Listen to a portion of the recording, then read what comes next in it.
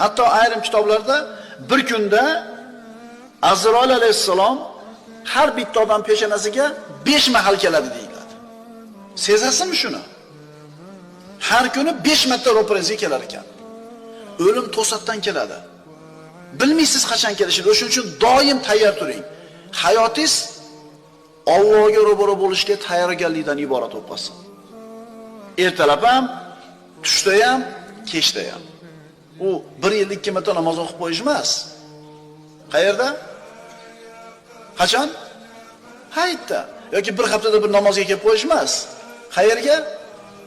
Musulmon odamning hayoti o'limga tayyorgarlik o'zi aslida.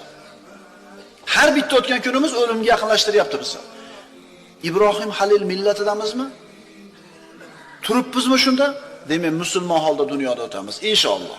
Alloh hammamizga nasib qilsin shu narsani.